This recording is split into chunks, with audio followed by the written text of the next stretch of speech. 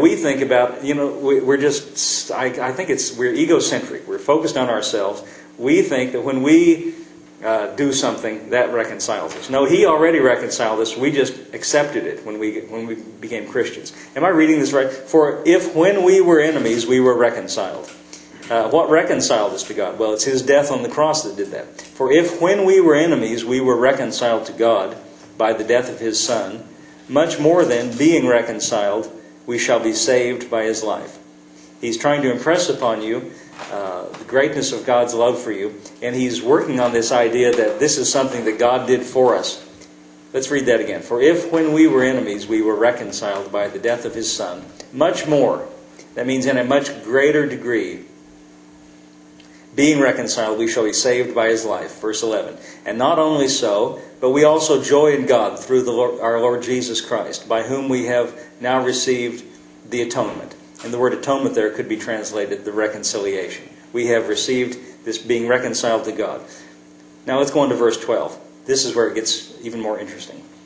Wherefore, as by one man, notice the word one man, as by one man sin entered into the world, and death by sin, and so death passed upon all men, for that all have sinned. For until the law, sin was in the world, but sin is not imputed where there is no law. Nevertheless, death reigned, from Adam to Moses, even over them that had not sinned after the similitude of Adam's transgression, who is the figure of him that was to come. Now in verse 12, when he says, wherefore by one man sin entered into the world, the one man he's talking about, of course, is Adam. And notice that he doesn't say, listen, folks, you all were sinners, and you were bad dudes, and so you need to get straight and get right with God. He says, I want you to know that it's by one man. He's telling us, by one man sin entered into the world. Now, why is this important? Because he's getting ready to say that by one man sin entered into the world, but by another one man, Jesus, it got cleaned up. In other words, one man messed it up, but another man set it right again. You see? The point of it is, he's leading us to put our whole faith in not what we do to make things right, but what Jesus has already done for us to make things right. By the way, we know, let's just be real for a minute, we know that there are things in life and things in our lives that need attention and need fixing and sometimes need straightening out. And we know we're not perfect and we know all those kind of things. But what we think is, I've got to get serious and straighten them out. Listen, I want to say, no, that's not right. Jesus can straighten everything out if we'll let Him. We just need to keep trusting Him. Keep bringing those, keep in contact with the cleansing agent, if I could call it that. Now, Anton, would you give me verse 12 again with the Message translation? I think this is really wonderful what the Message says. This is verse 12, yeah. You know the story of how Adam landed us in the dilemma we're in. I wonder if we do really consider that. But that's true. First sin, then death. No one exempt from either sin or death. Okay, next one. That sin, that means Adam's sin, that sin disturbed relations with God in everything and everyone. But the extent of the disturbance was not clear until God spelled it out in detail to Moses.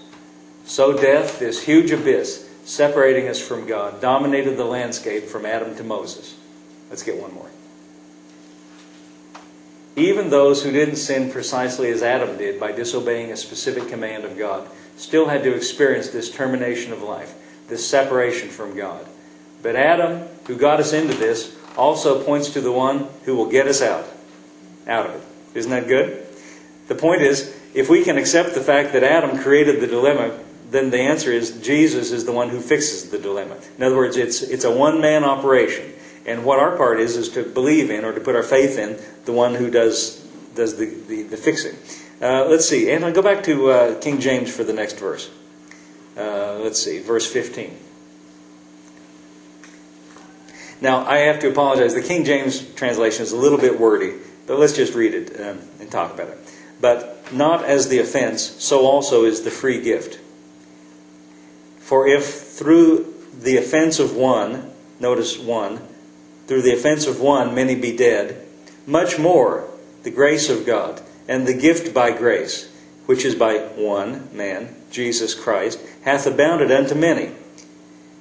He's making a comparison between what Adam did and what Jesus did, but he's saying what Jesus did is so much greater.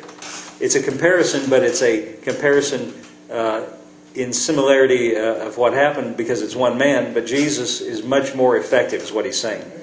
For if through the offense of one many be dead, that one is Adam. Through his offense, he brought death. It's Adam's fault. But then he says, if that's true, then much more, or in a much greater degree, much more the grace of God and the gift of grace. He's saying the gift of grace and the grace of God is much more effective than what Adam did.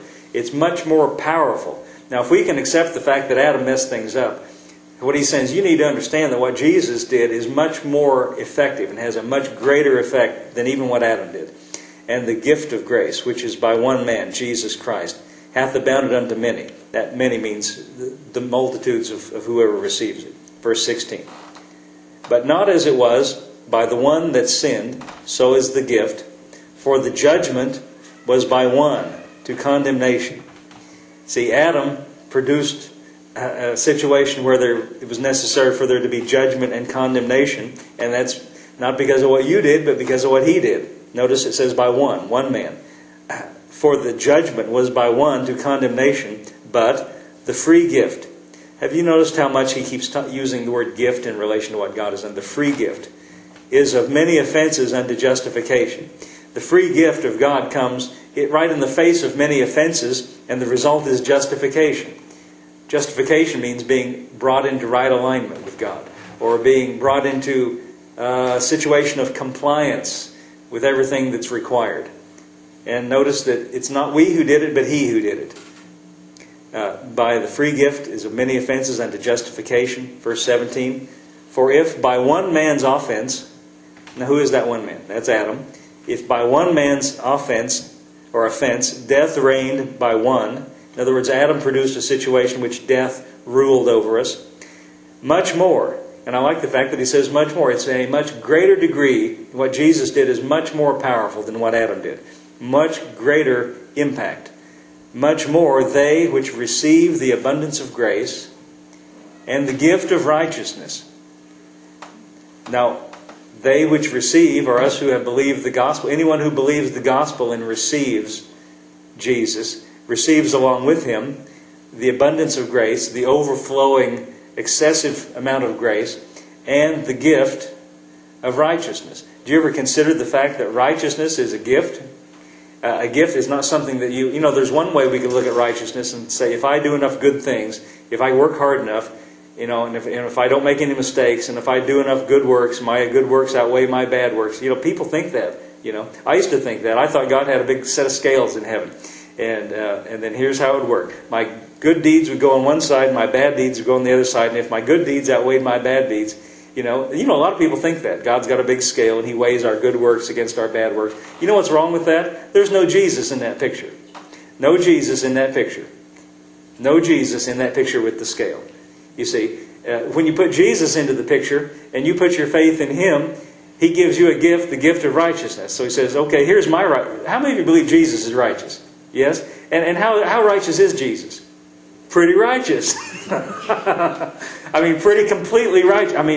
No room for anything else. Totally, wholly, absolutely, 100%. The perfect picture of what righteousness looks like. So if you got that scale there, and Jesus takes His righteousness, which is gigantic, and He puts it on your scale, and He gives you the gift of His righteousness, guess what's going to outweigh everything else on the other side? His righteousness. And not only that, but He took what was on that other side, all the bad things, and He took them to the cross and carried Him in His own body and buried Him in a tomb, and now they're gone. So there's only one thing sitting on that scale, is the righteousness of Christ. How about that? I'm about to get happy about it. Usually the way we work at the prison is, I preach until I get happy, then I have Jason sing. But I don't know what I'm going to do now.